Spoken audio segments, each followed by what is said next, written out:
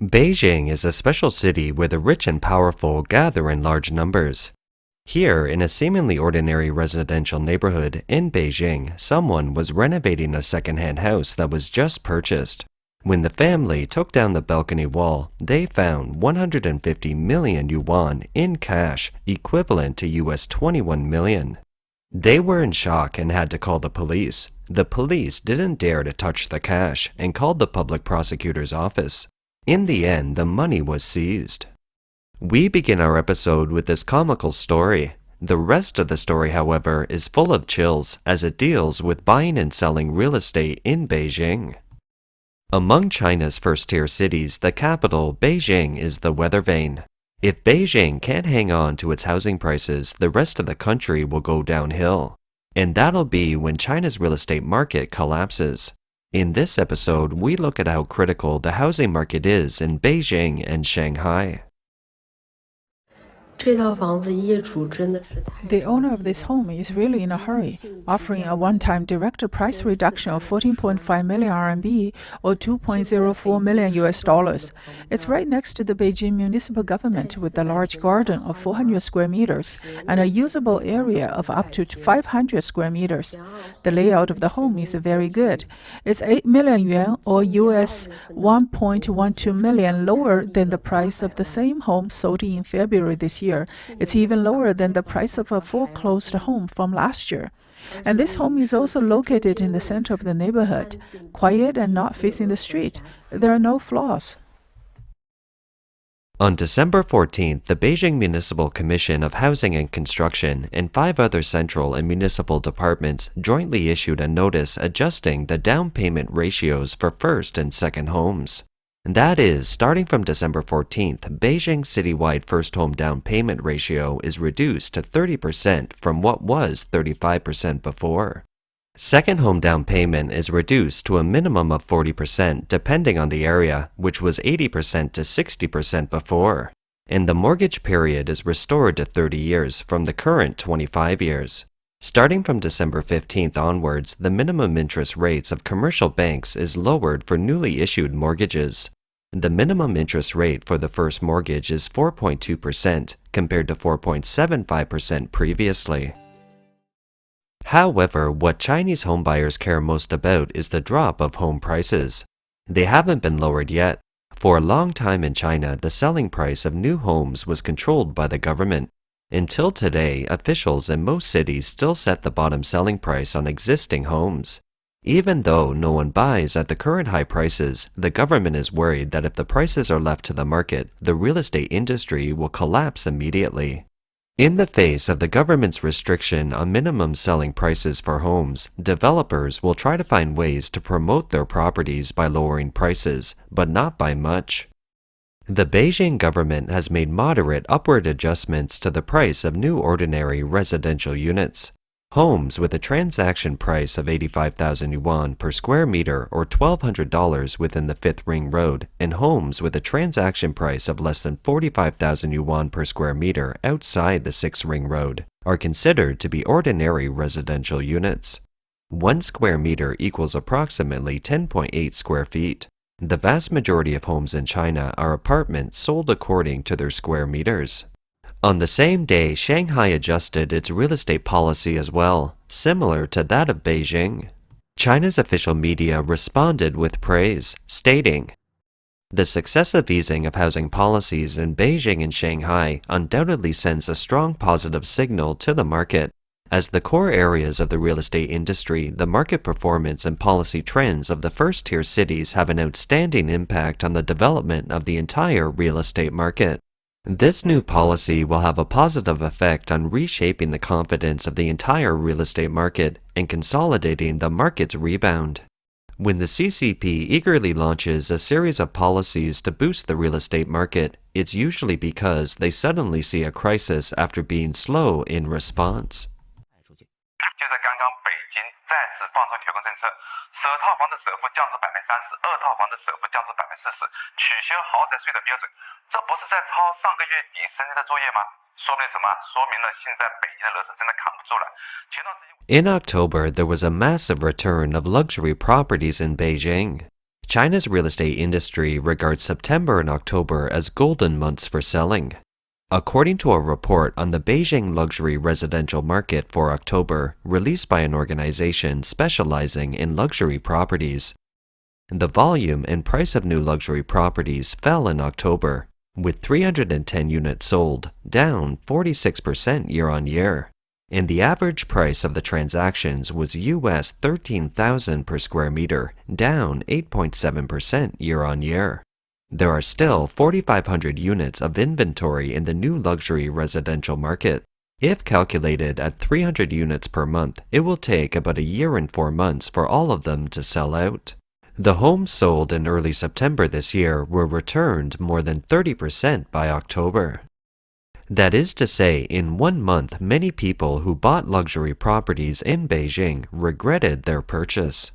This is due to the fact that Beijing's tycoons are selling off their homes at reduced prices, causing the inventory of second-hand homes to skyrocket and prices to drop constantly. As second-hand homes continue to drop in price, new home discounts and promotions have stepped up, in turn forcing second-hand homes to continue to drop in price. Some of those who had previously made deposits due to the policy incentive regretted their purchase and began to back out. It's more difficult than they think to cancel their purchase. For those who have made a deposit, the contract stipulates that they have to pay 20% of the total price of the house as penalty, and they also need to get the signature of the regional director of the home selling group.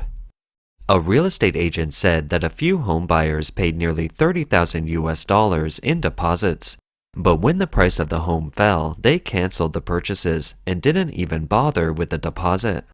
There are other reasons for backing out of a home purchase in addition to the falling price that sees no end. For example, a sudden layoff and a loss of job makes loan repayment stressful, or they didn't anticipate that their original homes wouldn't sell, therefore not having enough money to make a down payment and sign a contract for a new home. What's more, even the school district properties, which used to sell like hotcakes because they were tickets to prestigious schools, are also dropping in price. For example, Beijing's most famous school district, the Wanliu neighborhood in the Haidian district of western Beijing, one of the capital's top school districts, has seen its prices drop sharply. To tell you a terrible truth, recently a friend of mine was looking at a school district home in Wanliu, Beijing. After checking it out, he broke out in a cold sweat. In 2021, this home sold for $1.4 million. 3 years later, the same home was sold for $224,000 yesterday. My friend was straight up dumbfounded. It can be said home sellers in Beijing are getting into their most humbling time. A Beijing netizen said, home buyers will demand a price drop of 1 million yuan or US 140,000 before proceeding to price negotiation.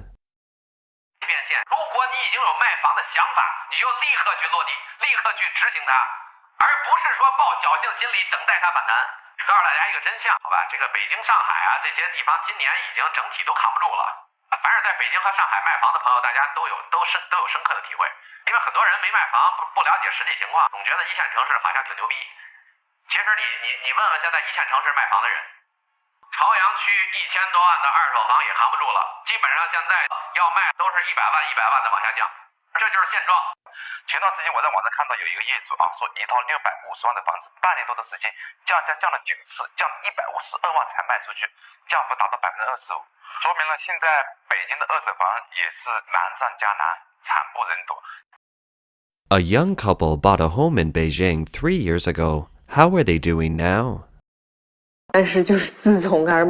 Since I bought the property, my mental state has been deteriorating. By now, I'm almost exhausted. I've been a house slave, making a large mortgage payment every month. Now, anyone who talks about buying a home with me, I'll say, don't buy a home. It's really a lesson in blood and tears. The saddest of all are the migrant workers in Beijing.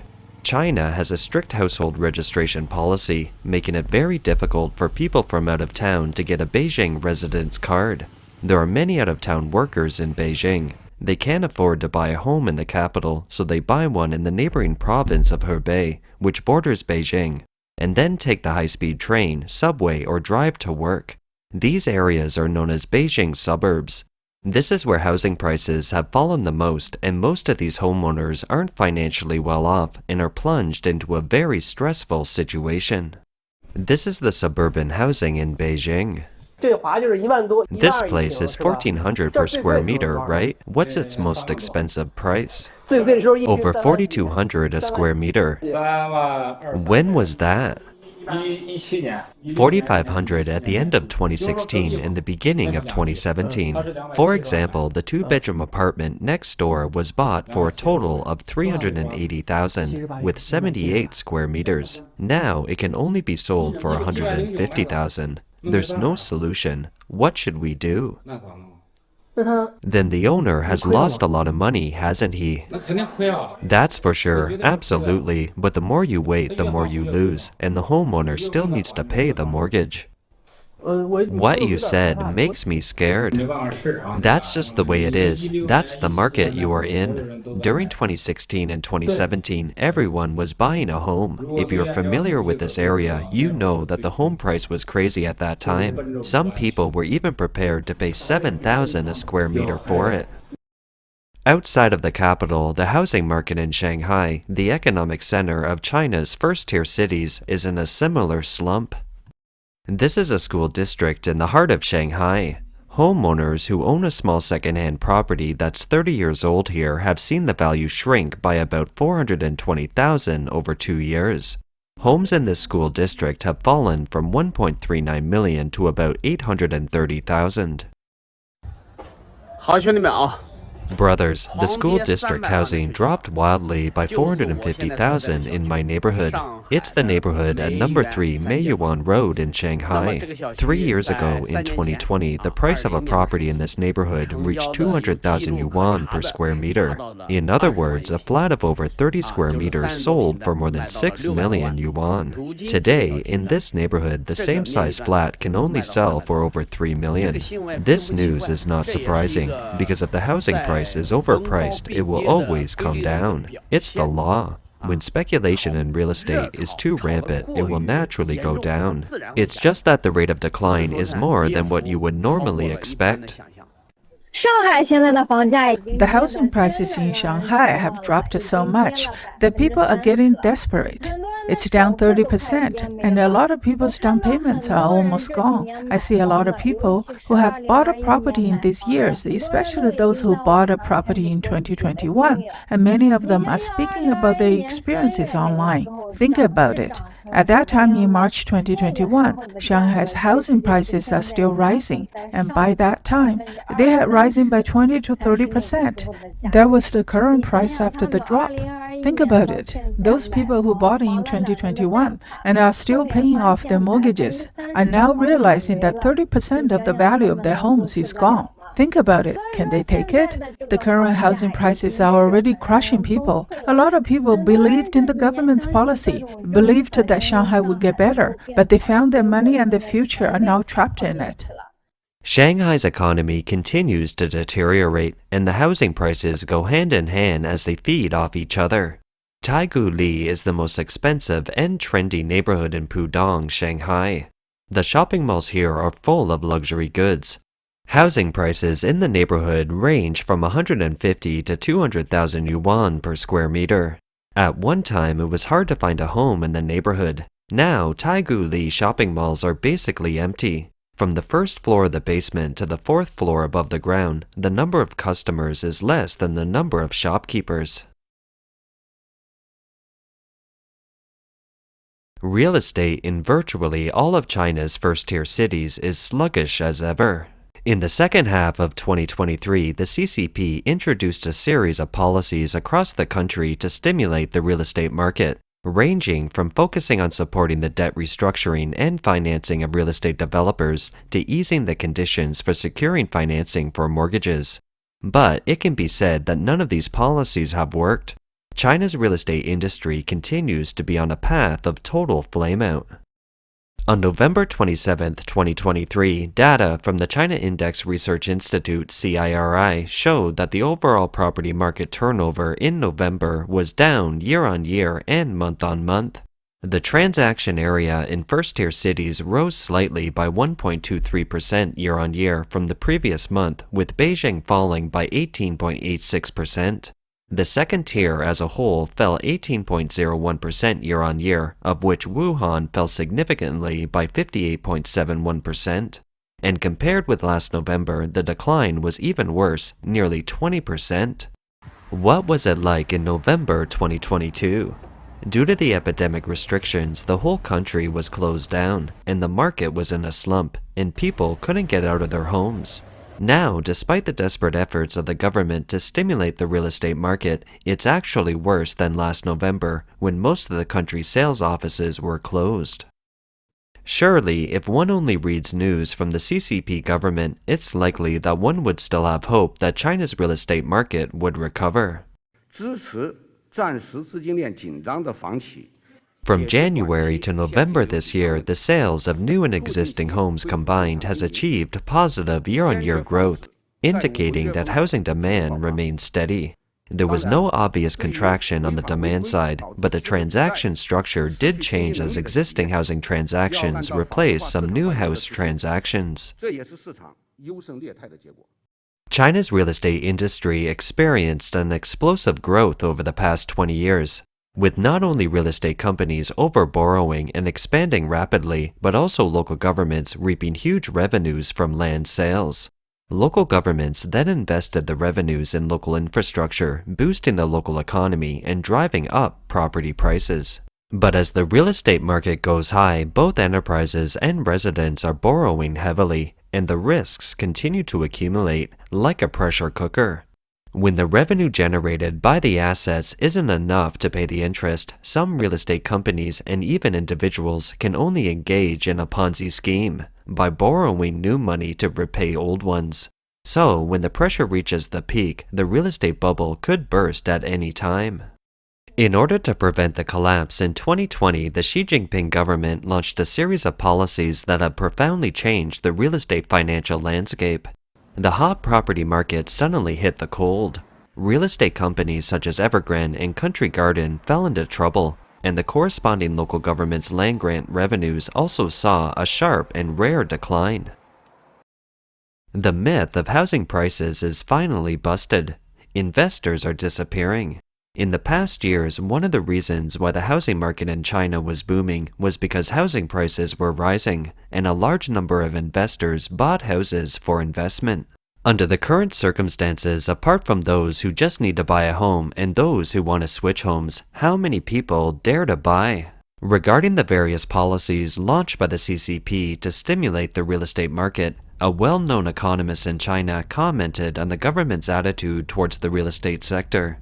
The swing is like going from strangling the industry to a frenzied infusion of oxygen, from an ICU to a nightclub. The economist questioned, which industry can afford this kind of turbulence? Which industry hasn't been tossed around like this in China?